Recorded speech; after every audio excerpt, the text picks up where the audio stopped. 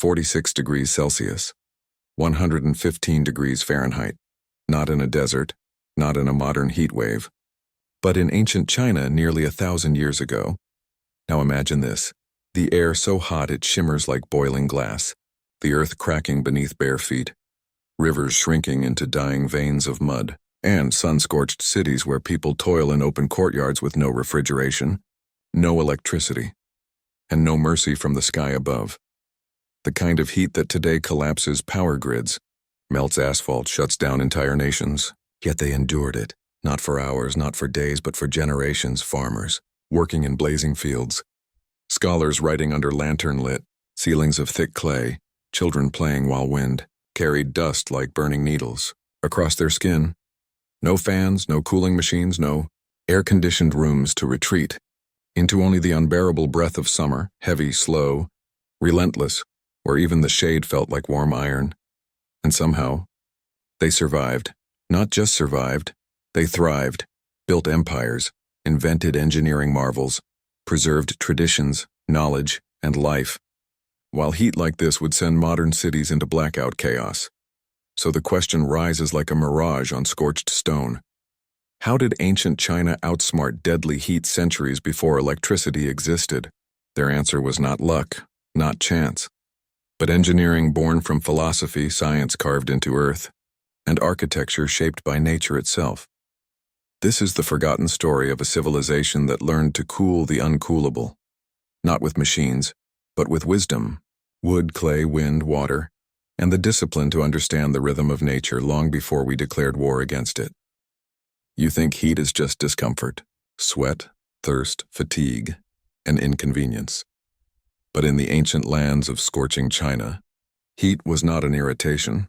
It was a predator, not a creature with claws or fangs, but a merciless force that hunted silently, stalking farmers in endless rice fields, soldiers on dusty caravan trails, mothers tending clay hearths, children under a sun that felt carved from fire. Modern heat waves collapse cities, hospitals overflow, power grids tremble. We panic when the AC fails for an hour. Now imagine a world with no electricity, no fans groaning in the corner, no cold water dripping from a steel tap, no hum of machines fighting nature, just human bodies under a relentless sky, where temperatures soared beyond 115 degrees, where humidity clung to the skin like a wet shroud, where a single day of misjudgment meant death. In the chronicles of forgotten summers, there were villages where livestock collapsed by dawn, where elderly hearts slowed under the crushing heat, where young warriors trembled, salt drying on cracked lips, and where entire communities learned one truth. Survival belonged not to the strongest, but to the most intelligent. This was not weather. It was a battlefield. Invisible, suffocating, a war waged not with bronze spears but with wisdom, ritual, architecture, and discipline. While empires rose and fell, while rivers changed course and dynasties burned, ancient China endured the furnace of summer not by resisting nature, but by mastering it. But here's the question that history whispers, soft as summer wind through bamboo, sharp as sun on unforgiving clay. How did they survive what would kill us today? How did farmers toil beneath burning skies without collapsing in fields of steaming earth? How did scholars study in wooden halls where silk robes clung heavy with sweat? How did warriors march in bronze armor, metal scorching like sun-lit iron, and return breathing, not broken? What hidden science flowed through their daily rituals? What ancient engineering breathed coolness into stone homes? What forgotten philosophy turned heat into a teacher, not a tormentor? Was it architecture? The geometry of wind and shade? Was it culture? Discipline forged over dynasties, a society that did not fight summer yin but danced with it? Was it nature? Water, earth, bamboo, and shadow woven into a living climate system before steel pipes and humming machines existed? Or was it something deeper? A timeless intelligence lost beneath glass towers and the flicker of digital life. Today we surrender to heat. We seal our homes, shut our windows, and beg the machine to save us. They did the opposite. They opened their doors to the wind, their courtyards to the sky, their bodies to the rhythm of the earth. The question is no longer how they survived. It is, did they know something we have forgotten? Beneath the shifting dust of ancient China, archaeologists have uncovered more than pottery and bronze. They have unearthed a climate survival blueprint, not carved in stone, but embedded in architecture, soil, and living memory. In the Loess Plateau, where summers scald the earth like molten copper, lie dwellings carved directly into the mountainside, Yaodong cave homes, engineered by nature and perfected by human mind. Inside them, temperatures remain astonishingly stable, cool in blistering summers, warm in freezing winters. Modern engineers tested the airflow and insulation, soil thickness, arch shapes, air tunnels carved through earth. The data was clear, passive cooling before science named it. In humid eastern plains, ancient courtyard homes, Siheyuan, stood with silent genius. Not just houses, microclimate machines. Open center, shaded perimeters, stone ground absorbing night coolness, bamboo groves breathing moisture, pools and wells evaporating softness into the air, north walls tall and thick, shielding from merciless sun. Every angle calculated, every breeze invited, every shadow engineered. No thermostats, no compressors, only the mathematics of wind, shade, and earth. Old medical texts, Huangdi Neijing, speak of fire qi rising in summer and techniques to balance the body's heat. Cool teas brewed from chrysanthemum and mint, bamboo water, mulberry leaves, lotus seeds, herbs that modern pharmacology confirms reduce heat stress and regulate circulation. This was not superstition. It was biological engineering with plants and time. Science now reconnects the threads, tracing their methods in thermal graphs, soil studies, anatomical research, and every discovery returns to one astonishing truth. They built a world where heat could not conquer life. To understand their mastery, we must walk through their world, not as spectators, but as survivors. Step 1. Build with the earth. Not against it, homes were carved into hillsides, sunk into soil where sunlight could not penetrate deeply. Earth as insulation, absorbing heat by day, releasing cool breath by night. Instead of tall glass walls defying nature, they shaped dwellings that merged with terrain, turning geology into shelter. Step 2. Command the wind architecture oriented with precision, not toward beauty, but toward airflow. Main gates face south or southeast, capturing monsoon breezes. Courtyards acted as giant lungs, pulling air in, circulating it, cooling every brick and beating hard inside. Step 3. Shade as a weapon, eaves extended like protective wings. Bamboo blinds filtered sunlight into soft gold. Trees planted not for decoration but strategic shade. Paulownia. Bamboo, pomegranate, roots cooling soil, leaves drinking fire from the sky. Step 4. Water as cool. Memory wells. Ponds, clay jars of stored night water, evaporating slowly, lowering temperature without a single machine. Cups dipped into cool jars at dawn. Skin rinsed at dusk, bodies remembering the chill of evening dew. Step 5. Cool the body. Not just the space silk garments loose and breathing. Diet shifting to melons, mung beans. Barley teas, work at sunrise, rest at midday, not laziness. But elegant physiology. They did not fight heat.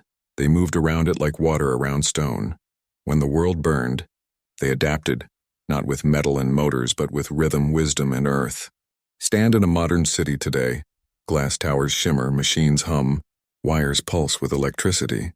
Yet beneath that polished surface lies fragility. A single power outage.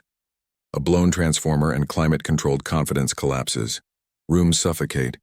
Tempers rise, hearts strain, and humanity suddenly remembers how helpless it is against a sun it thought it had conquered. Ancient China knew no such illusion. They built not for comfort, but survival. Not for luxury, but resilience. Compare our world to theirs. We seal our buildings, they breathed theirs. We fight heat with force, compressors, coolant-sealed windows. They redirected it with air paths, shade geometry, thermal mass, and materials that obeyed nature rather than defied it. We rely on systems that fail when power falters. They relied on design that could not break, because Earth cannot lose electricity. Water does not switch off, shade does not malfunction. Modern engineers speak in numbers, BTUs, kilowatts, efficiency ratings. Yet even they now study traditional courtyards, cave dwellings, feng-based orientation, seeking wisdom in what they once dismissed as primitive. Thermal scans reveal Yaodong homes staying cool while Nearby steel structures overheat. Computational. Airflow models confirm that courtyard layouts create stable cooling. Cycles modern ventilation struggles to replicate without. Machines, we invented artificial. Climate, they mastered the real one. In our era, coolness is purchased. In theirs, it was engineered into the bones of life, earned through patience, observation, and respect for Earth's laws. And so the question emerges, quiet as wind through bamboo, are we advanced or merely dependent? Architecture alone did not preserve them. Stone walls and shaded courtyards are lifeless without the discipline of a people who understood heat not as weather, but as law. In ancient China, survival was collective intelligence, not individual struggle. There were rhythms etched into life. Rise before the sun. Work in first light. When shadows are long and air still carries night's mercy. Pause at zenith. Midday was sacred, a time not to resist nature, but to yield. Labor halted. Tea simmered. Bodies rested under eaves, breathing in coolness stored in clay and soil. Move with the evening breeze. As the sun dipped, life awakened again. Markets, conversations, crafts, learning. A culture synchronized with the pulse of the earth. Clothing whispered strategy, silk loose and untouched by sweat. Light hemp garments absorbing heat and letting wind kiss the skin beneath. Food was medicine. Mung beans, lotus seeds, chrysanthemum, bitter melon, not trends, but seasonal physiology. Every sip, every bite chosen to cool the blood, steady the pulse, preserve the heart. Water storage was ritual. Deep clay jars shaded in corners, drawn before sunrise, held like treasure. Even language carried climate wisdom. Proverbs warning against fighting fire with fire, teaching children that nature is not conquered, but cooperated. With and beneath it all lay philosophy, yin and yang, balance between heat and coolness, activity and rest, sun and shadow. To ignore heat was arrogance, to respect it was survival. No orders, no alarms, no emergency plans, just a civilization moving as one intelligent organism against a silent predator. Centuries have passed, dynasties risen and fallen, and the earth has only grown hotter. Yet the wisdom carved into ancient soil still breathes, whispering through bamboo courtyards in Beijing, echoing from carved cave dwellings in Shanxi, alive in villages where stone, water, and wind still hold back the wrath of scorching summer. Today, engineers redraw blueprints once dismissed as relics, architects run simulations, and discover what farmers once knew without numbers. Earth cools better than concrete, shade lasts longer than steel, and a window opened in the right direction can defeat heat more quietly and reliably than a machine humming behind a metal shell. Modern climate scientists speak of thermal mass, evaporative cooling, bioclimatic design. Ancient China did not speak the terms, they lived them. Universities now study CAUN courtyards as passive cooling models. Sustainable housing prototypes borrow from Yaodong thermal envelopes. Urban designers look again to tree corridors. Shaded plazas, water-fed gardens, breathing spaces between walls, not luxury, but survival architecture.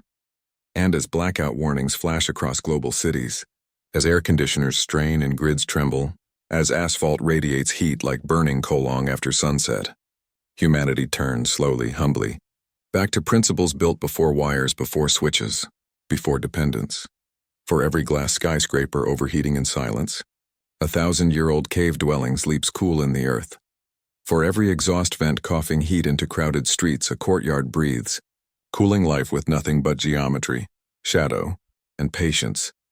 We believed technology made us superior, but ancient China reminds us, true progress is not escaping nature, but synchronizing with it.